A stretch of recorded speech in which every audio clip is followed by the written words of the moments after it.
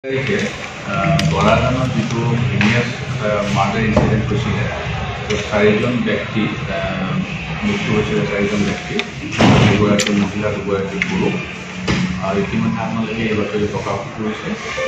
আজি আমি এই গোটেই মাৰ্ডাৰ মিষ্টিটো ছল্ভ কৰিবলৈ সক্ষম হওঁ। প্ৰথম যিজন দুটা এফআইআৰ আমাৰ ইয়াত এই সংক্ৰান্তে ৰুজু হৈছিল। এখন এফআইআৰ দিছিলে ভাস্কৰ চৰকাৰ, য'ত বৰাগানত যিটো হত্যাকাণ্ড হৈছিলে, য'ত জয়স্মিতা চৰকাৰ, সুৰাধনী চৰকাৰ আৰু গুণধৰ চৰকাৰৰ মৃত্যু হৈছিলে। সেই সম্পৰ্কে ভাস্কৰ চৰকাৰে এখন আমাক এফআইআৰ দিয়ে। এইখন এফআইআৰ হ'ল কেছ নাম্বাৰ 405/24। আৰু যিজন অনুপম সূত্ৰধৰ, নগাঁৱৰ যিজন বাসিন্দা, তেওঁৰ ঘৰৰ পৰা আমি এখন এফআইআৰ পাওঁ, কুলদুল পুৰী বুলি। তেখেতে এখন এফআইআৰ দিয়ে। সেই কেছ নম্বৰটো হ'ল 406/24। আমি এইকেইদিন ইনভেষ্টিগেশ্যন কৰি টেকনিকেল ইনভেষ্টিগেশ্যন আৰু আমাৰ যিটো হিউমেন ইণ্টেলিজেঞ্চ বা আমাৰ যিখিনি তথ্য আমি ঘটনাস্থলীত পাওঁ, সেইখিনি আমি চালি জাৰি চাই আমি এইকেইদিন কেইবাজন ব্যক্তিক জেৰা কৰোঁ।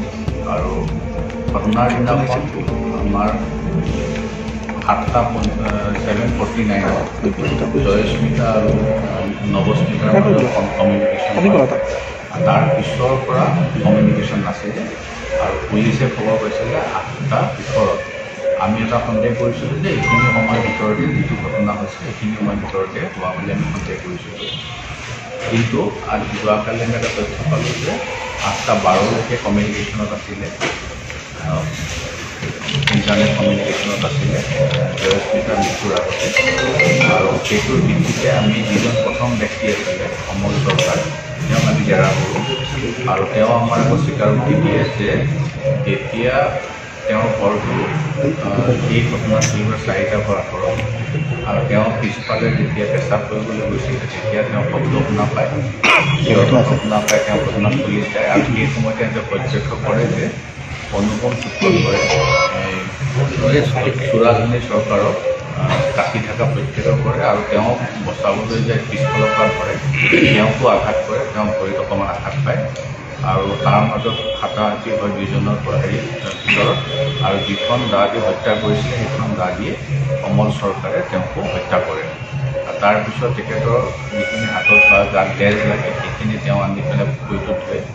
আৰু যিটো চোলা আৰু যিটো গেঞ্জি পিন্ধি আছিলে তেওঁ সেইটো আমাক জ্বলাই দিয়ে বুলি আজি স্বীকাৰোক্তি দিছে। এতিয়া আমাৰ এইখিনিলৈকে তদন্তত পাইছোঁ। গতিকে অনুপম সূত্ৰধৰে নগাঁৱৰ পৰা গৈ বৰাজানত গৈ